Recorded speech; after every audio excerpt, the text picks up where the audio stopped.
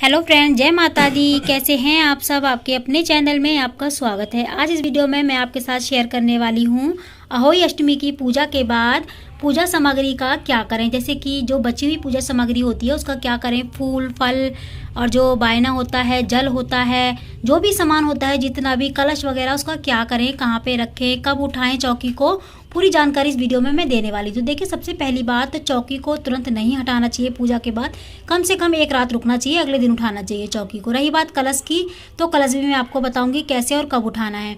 तो देखिए, सबसे पहली बात तो जो बायना होता है हम जो पूजा में भोग में लगाते हैं और माता को चढ़ाते हैं, सुहाग का सामान ये वाला, और बायना जो प्रसाद होता है वो हम चढ़ाते हैं। इस सामान को जो है हमें अपने बड़े को देना होता है, जिसका माँ, जो हमारे मान होते हैं, जैसे कि आप अपनी सास को भी दे सकते हैं, जिठानी को भी दे सकते हैं, नंद को भी दे सकते हैं, उनको देना है सामान। अगर आपके घर में सास नंद वगैरह कोई नहीं है तो आप पंडित जी को भी दे सकते हैं किसी, या फिर आपके यहाँ पंडित जी वगैरह नहीं है आसपास या नहीं लेते हैं, बहुत सारे पंडित ऐसे भी होते हैं कि नहीं लेते, सामान मना कर देते हैं, तो आप जो है अपने किसी आसपास के बड़े मान, जिसके आप पैर वगैरह छूते हों, मानते हों, पीहर मायके की तरफ से नहीं, ससुराल की तरफ से ही होना चाहिए।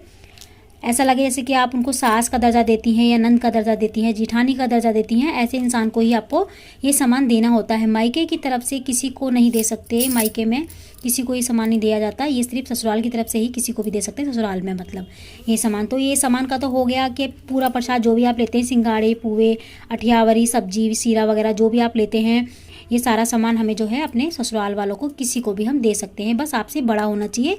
नंद आपकी छोटी हो सकती है, लेकिन जिठानी वगैरह बड़ी हो, दौरानी ना हो, सास वगैरह कोई भी हो, चचिया सास हो, जो भी रिश्तेदारी में ससुराल में आपको मिले, आप सबको किसी को भी ये सामान दे सकते हैं प्रसाद के तौर पे। वो ये मतलब बायना उन्हीं को दिया जाता है, ये हम खुद इस्तेमाल नहीं कर सकते। जो व्रत रखती हैं वो भी नहीं खा सकती, और अपने हस्बैंड को भी नहीं दे सकती, और अपने बच्चों को भी नहीं खिला सकते ये वाला सामान। तो ये आपको देना होता है जो हम चढ़ाते हैं माता रानी को, अहोई माता को। बाकी का सामान मैं बताती हूँ। पूजा के कलश का और ये इस चीज़ का जो सारा सामान बचा है, चावल है, रोली है वगैरह, जो भी चीज़ें हैं, इनका क्या करना है। तो देखिए, सबसे पहले ये वाला कलश है, इसको जो है हमने अभी पूजा के तौर पे रखा था, और ये जो है कलश है, कलश के जल का हम क्या करेंगे, अभी जब तारे निकल जाएंगे तो आपको कलश के जल को, तारों को अर्घ नहीं देना है। इस वाले को बहुत सारे घरों में देते हैं, मिट्टी वाले कलश से ही देते हैं तारों को अर्घ, लेकिन हम लोग नहीं देते। हम लोग इसको ऐसा ही भरा रहने देते हैं दिवाली तक हम इसको सेफ जगह पे रख देते हैं। और दूसरा जो कलश लिया है मैंने पीतल का, उससे हम रख देंगे तारों को। इस वाले कलश को अगर आप चाहें तो थोड़ा सा इसमें जल ले सकते हैं, थोड़ा सा जल लेके दूसरे वाले जल में जो है मिक्स कर सकते हैं। उसके बाद तारों को रख दीजिए। ऊपर का प्रसाद जो है, जो सिंगाड़े वगैरह रखे हैं, उसको आप अपने बच्चों को या अपने हस्बैंड को दे सकते हैं खाने को, लेकिन आपको खुद नहीं खाना ये प्रसाद। और इसका जल का मैंने बता दिया है। अभी आपको मूली वगैरह कुछ नहीं खोलनी इसकी, आपको चौकी तो सुबह ही हटानी है, लेकिन आपको कलश नहीं हटाना। अगर आपके घर हो सकती है ये प्रसाद सेव वगैरह है, ये आप जो है ले सकती हैं, आप खुद खा सकती हैं प्रसाद। व्रत खोलने के बाद सुबह, अगले दिन, या फिर व्रत खोलने के बाद भी खा सकते हैं। ये वाला जो माता रानी के आगे जो चढ़ता है सामान, वो आप खा सकते हैं, लेकिन जो कलश के ऊपर चढ़ता है वो आप नहीं खा सकती, और जो बायने का होता है वो नहीं ले सकती हैं आप। और बाकी के चावल है, चावल को तो आप जो है सुबह सुबह जो है कौओं को, या फिर चिड़िया वगैरह होती है, कबूतर वगैरह होते हैं, उनको देना चाहिए। और दीपक जब तक जले जलाना चाहिए, और दीपक जब शांत हो जाए उसके बाद इसको जो है एकांत में कहीं रख दीजिए, जैसे कि पौधे में भी रख सकते हैं, या फिर ऊपर छत पे साइड में भी रख सकते हैं, या फिर अपने दिए के ऊपर भी रख सकते हैं। या फिर इसका तो ये नहीं है कि आपको विसर्जन अभी करना है या फिर अगले दिन ही उठाना है इसको सवेरे, इसको जो है आप छत वगैरह पे रख दीजिए, किसी पौधे में डाल दीजिए। ऐसा नहीं है कि इसको आप विसर्जन ही करने जाएं, ऐसा नहीं। बाकी का ये सामान, रोली है, चंदन है, ये आप जो है बाद में इस्तेमाल कर सकते हैं। फूल है, फूलों को आप थोड़ा थोड़ा तोड़ तोड़ के जो है किसी भी पौधे में डाल सकते हैं, जो आपका खाली गमला पड़ा हो, जैसे कि बहुत सारे गमले घर में खाली पड़े रहते हैं, उनमें डाल सकते हैं। फूलों की माला का भी ऐसा ही कर सकते हैं आप। अगर विसर्जन करना चाहते हैं तो अगले दिन करिए विसर्जन सारे सामान का, वरना आपके पास टाइम नहीं है विसर्जन करने का, या आपके आसपास कोई नदी तालाब नहीं है, गंगा जमुना नहीं है, तो आप जो है इसको घर में फूलों को जो है पौधों में भी डाल सकते हैं। थोड़ा थोड़ा तोड़ तोड़ के जैसे पौधों में डाल देते हैं तो दोबारा से जो है गेंदे के फूल उगाते हैं, या फिर फूल उगाते हैं, या अगर गुलाब का भी डालेंगे तो उसके भी हो जाते हैं।